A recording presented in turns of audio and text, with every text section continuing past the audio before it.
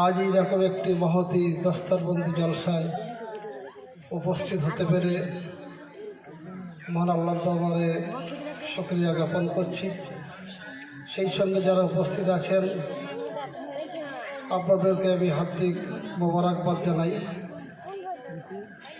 দারুল উলুম আসহাবে সুফা মাদ্রাসার 5 জন হাফেজ কোরআনকে দস্তার ফজিলাত প্রদান করা হলো। আল্লাহ পাক যাদেরকে বেশি ভালোবাসেন, মহব্বত করেন, তাদেরকে আল্লাহ এই সম্মান দিয়ে থাকেন। আল্লাহ এদেরকে পৃথিবীতে যেমন সম্মানিত করেছেন, আখিরাতের জীবনে সম্মানিত করবেন এই দোয়া করি। আর হাফেজ যে কোরআন, যারা 30 পারা কোরআনকে নিজের সিনাতে রেখেছেন, আমরা তাদের জন্য দোয়া করব। আল্লাহ যেন আমৃত্যু তারা তাদের জীবনে কোরআনকে ধরে রাখতে পারে, কোরআনকে সঙ্গে নিয়ে নিজের জীবনযাপন করতে পারে। আর আমাদের এই সমাজকে এগিয়ে নিয়ে যেতে গেলে শিক্ষার গুরুত্ব অপরিহার্য। আমরা আধুনিক শিক্ষায় হচ্ছে, কিন্তু আমাদের মধ্যে দিন না থাকার কারণে সমাজ আজ বিপর্যস্ত। আমি একটা ক্ষুদ্র প্রতিষ্ঠান চালাই। আমার প্রতিষ্ঠান থেকে এবছরই শেখ হাসিবুর রহমান মাধ্যমিক পরীক্ষা দিয়েছেন। ওর দাদা আমার সামনে উপস্থিত আছেন, আমারই ছাত্র শেখ হাবিবুর রহমান। গত 2 বছর আগে এইচএস পরীক্ষায় পাশ করে এসেছিলেন, এখন বাইরে পড়াশোনা করছে। তাই আমরা চেষ্টা করি সমাজে, মুসলিম সমাজকে এগিয়ে নিয়ে যেতে গেলে শিক্ষার মূল স্রোতে ফিরিয়ে আনতে হবে। সমাজে বহু ডাক্তার, ইঞ্জিনিয়ার, প্রফেসর, মাস্টার তৈরি হচ্ছে, কিন্তু তাদের মধ্যে দিন না থাকার কারণে সমাজ তাদের কাছে কিছুই পাচ্ছে না। আদর্শ সমাজ গঠন করতে গেলে আধুনিক শিক্ষার সঙ্গে সঙ্গে দিনী শিক্ষার মেলবন্ধন থাকতে হবে, তবেই আমরা সমাজকে এগিয়ে নিয়ে যেতে পারব। আমার প্রতিষ্ঠানে আমরা 5ম থেকে 12 শ্রেণী পর্যন্ত বিজ্ঞান বিভাগ পরিচালনা করি।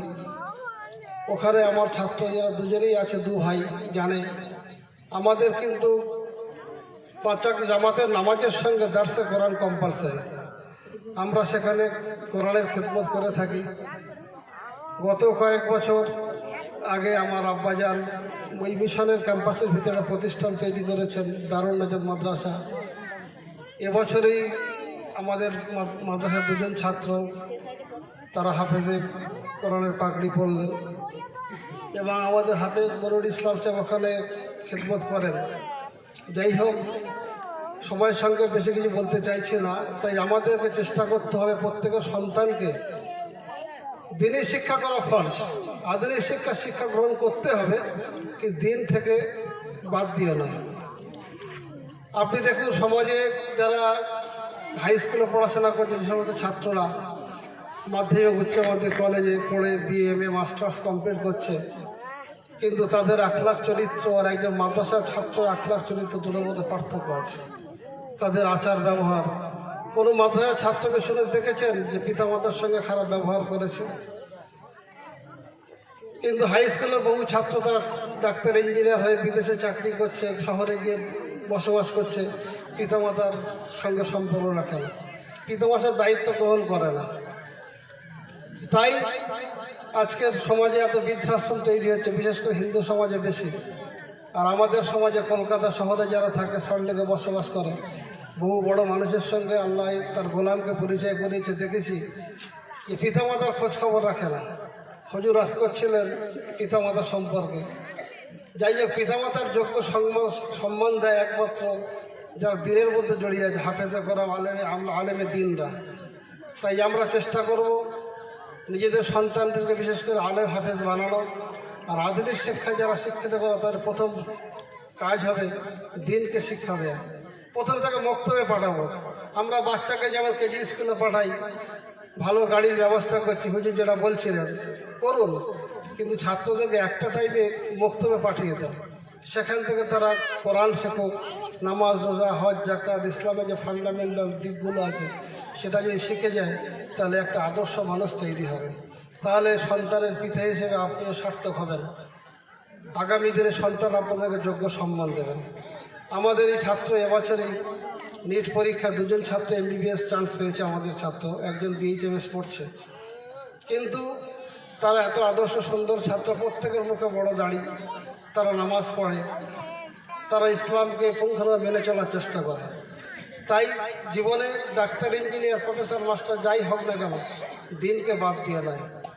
আজকে সারা পৃথিবীব্যাপী ইসলামের সঙ্গে অন্য সম্প্রদায়ের মানুষের একটা সংঘাত চলছে, হক আর বাতিলের লড়াই চলছে। সারা পৃথিবীব্যাপী এদিকে গাজা ধ্বংস হয়ে যাচ্ছে।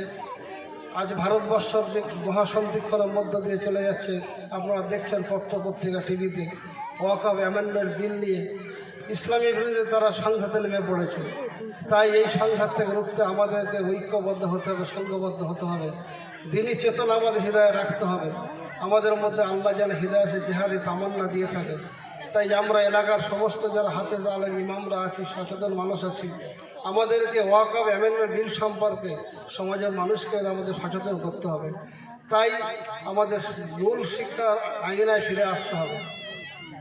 শিক্ষা হলো জাতির মেরুদণ্ড। শিক্ষাকে বাদ দিয়ে আমরা সমাজকে কোনোদিন এগিয়ে নিতে পারবো না।